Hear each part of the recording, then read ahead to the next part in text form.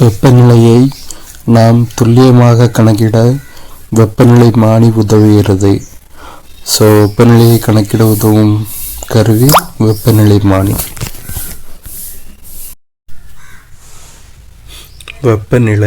வெப்பநிலையின் வரையறை. ஒரு பொருள் எந்த அளவு வெப்பமாக அல்லது குளிர்ச்சியாக உள்ளது என்பதனை அளவிடும் அளவுக்கு வெப்பநிலை என்று பெயர். வெப்பநிலையின் SI அலகு கெல்வின் ஆகும். வெப்பநிலைன்னா என்னென்னா, ஒரு பொருள் எவ்வளோ சூடாக இருக்குது, எவ்வளோ குளிர்ந்துருக்கு அப்படிங்கிறத அளக்கிற அளவுக்கு தான் வெப்பநிலையின் பேர். வெப்பநிலையோட SI அலகு கெல்வின்.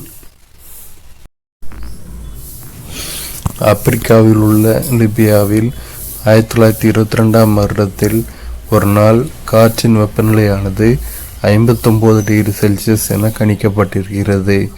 அண்டார்டிக் கண்டத்தின் வெப்பநிலை தான் உலகிலேயே மிக குறைந்த வெப்பநிலையாக அளவிடப்பட்டுள்ளது. அது தோராயமாக -89 டிகிரி செல்சியஸ் என கணக்கிடப்பட்டுள்ளது.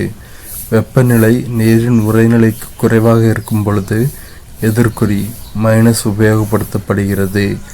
நீரின் உறைநிலை 0 டிகிரி செல்சியஸ் என கணக்கிடப்படுகிறது.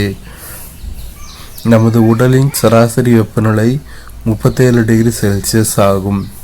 காற்றின் வெப்பநிலை 15 டிகிரி செல்சியஸ் முதல் 20 டிகிரி செல்சியஸ் அளவில் இருக்கும் பொழுது நமது உடல் குளிர்ச்சியாக உணர்கிறது. வெப்பத்தினால் பொருளின் நீளத்தில் ஏற்படும் அதிகரிப்பு நீள்விரிவு என்றும், பொருளின் பருமனில் ஏற்படும் அதிகரிப்பு பரும விரிவு எனவும் அழைக்கப்படுகிறது. அதாவது இப்படி ஒரு பொருள் இருக்குன்னு வைங்க, இதுக்கு நம்ம ஹீட்டு கொடுக்குறோம். ஹீட்டு கொடுக்கும்போது இதோட நீளம் இந்தளவுக்கு ஆச்சுன்னா அதை தான் நீள்விரிவுன்னு சொல்கிறோம். அதே டைம் இதோட வெயிட் பருமன் அதிகரிச்சுன்னா அதை தான் நம்ம பரும விரிவு அப்படின்னு சொல்கிறோம்.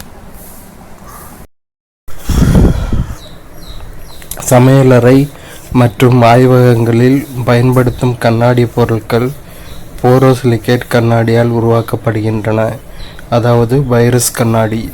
இந்த கண்ணாடி பொருட்களை வெப்பப்படுத்தும் பொழுது மிக மிக குறைவாகவே வேறுபடுகின்றன. எனவே இவற்றில் விரிசல் ஏற்படுவதில்லை.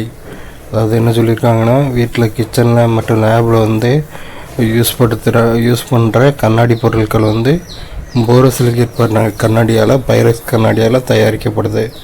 அதனால் வெப்பப்படுத்தும் போது எப்போவுமே பொருட்கள் விரிவடையுங்களா, அந்த மாதிரி இல்லாமல் ரொம்ப கம்மியாக விரிவடையுது.